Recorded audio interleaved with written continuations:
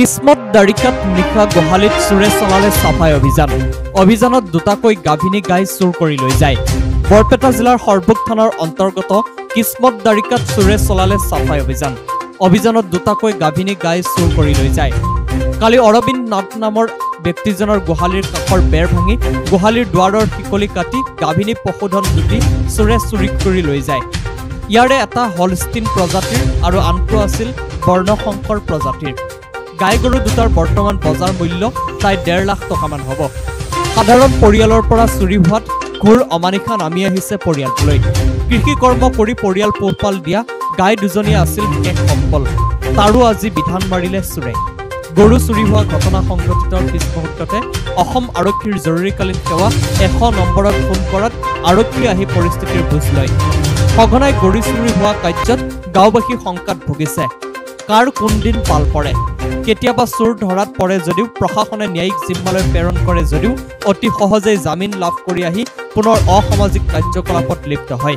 কাৰণ ভয় বৃদ্ধি নহয়, বৰঞ্চ সাহস বাঢ়েহে।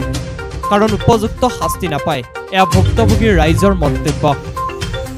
মোৰ নাম শ্ৰী অৰবিন্দ নাথ, গাঁও কিসমত দাৰিকা। যে যোৱা ৰাতি মই নাজানাতে গৰু দুটা গোহালি ঘৰৰ বেৰা ভাঙি আৰু দৰ্জাৰ চিকল কাটি কিনে গৰু দুটা লৈ গ'ল। এটা আছিল হলেস্থানী আৰু এটা আছিল জাৰ্চি। দুনি কৰা গাই আছিল, 3 লিটাৰমান গাখীৰ ওলাইছিল। ৰাতি অলপ এনে শব্দ পাইছোঁ যিটো বৰষুণ পৰি আছে। বৰষুণ পৰি থকাৰ ফলত একো গম পোৱা নাই। গৰু দুটাৰ দাম এই যিটো হলেস্থানী আছিল সেইটো 80-90 হাজাৰমান টকা হ'ব, আৰু যিটো মোৰ জাৰ্চি আছিল সেইটো 70 হাজাৰমান টকা হ'ব।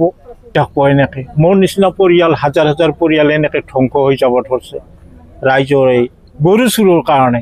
ইয়াৰ এটা উপায় যদি প্ৰশাসনেই হওক বা ৰাইজৰ পৰাই হওক জাগি যদি ব্যৱস্থা কৰে, মই তাকেই প্ৰশাসনকো অনুৰোধ কৰিছোঁ, ৰাইজকো অনুৰোধ কৰিছোঁ। ৰাতি কিবা শব্দ পাইছিল নেকি?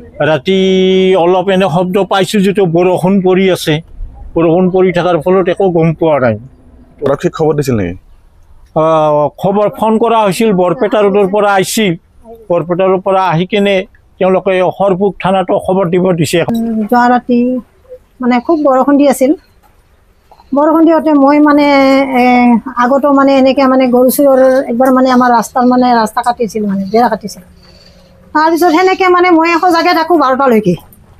তাৰপিছত আজি যোৱা ৰাতি 11:30 ঘুমালোঁ। মালিকে মানে ঘুমাই আছে, বৰষুণ এনেকৈ দি আছে। বৰষুণ দিয়াৰ ফলত মানে মালিকেও মানে গমেই পোৱা নাই। এতিয়া 4টা বাজিব 10 মিনিটমান আছিল, তেতিয়া মই উঠি লাইটটো বাহিৰত মানে ওলাই চালোঁ যে এতিয়া মানে গৰু নাই। কেইটা গৰু নিছে? তাৰপিছত 2টা গৰু লৈ গৈছে। 2টা মানে চানা এটা কেইদিনমান আগতে ঢুকাইছে, ধুনি কৰা গাইটো। এতিয়া বৰ্তমানো 2.5 লিটাৰ 3 লিটাৰ গাখীৰ ওলাই আছিল, আৰু যিটো কৰালি আছিল সেইটোতো মোটামুটি 1 লাখমান টকাৰ দামৰ আছিল। মানিকপুৰৰ পৰা উদয়ন নাথ, ইনচাইড ইণ্ডিয়া।